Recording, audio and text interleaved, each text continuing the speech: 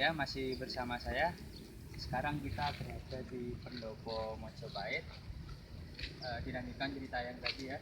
Tadi oh ya, nyampe ke pas ketika Raden Wijaya sudah mendapat hadiah sebuah daerah yaitu hutan tarik.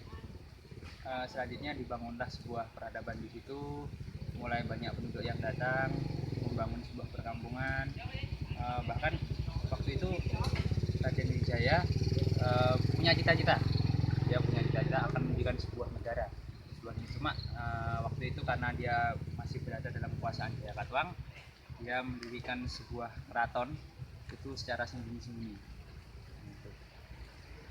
Ayo mungkin coba kita masuk ke dalam.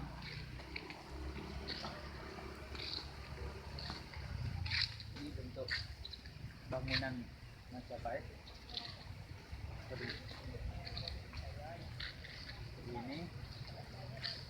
Ini dari batu bata. Ini dicat hitam ya. Kalau dulu enggak.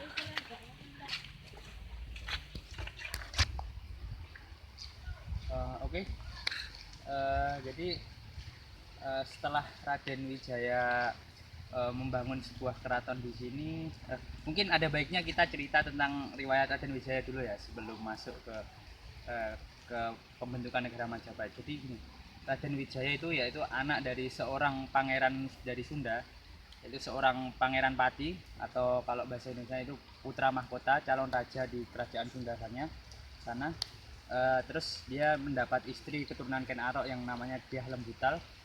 Tapi ayah Raden Wijaya itu sebelum dia sempat jadi raja menggantikan kakeknya Raden Wijaya atau ayahnya, dia meninggal sehingga Raden Wijaya sama ibunya yaitu Dyah Lembutal dibawa kembali ke Singosari. Ya, akhirnya setelah dewasa lalu diambil menantu oleh Prabu Kertanegara atau Raden Djoko Dolog. Nah, ini kita lihat, ini arcanya Raden Wijaya.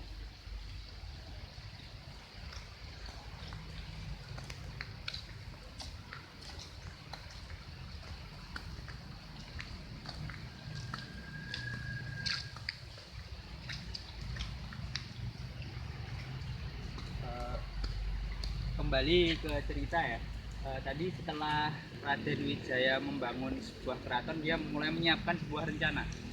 Jadi ceritanya tuh gini, dulu waktu pernah ada utusan dari negara Cina, yaitu negara Cina atau yang pada waktu itu sudah dikuasai oleh bangsa Mongol, yaitu rajanya bernama Kubilai Khan, ingin menaklukkan Pulau Jawa. Tapi waktu itu masih Singosari, yang berkuasa masih Singosari. Ketika utusannya datang ke Singosari, ingin menaklukkan Singosari, terus ingin menyatakan bahwa Raja Singosari tunduk, waktu itu Prabu Kertanegara mempermalukan mereka. Ada yang kertasnya dirobek-robek, kertas dari Kubilai Khan, terus akhirnya kembali ke negaranya, ke Cina sana. Ini karena hujan mungkin pindah dulu ke pendopo dalam ya, nanti dilanjutkan ceritanya.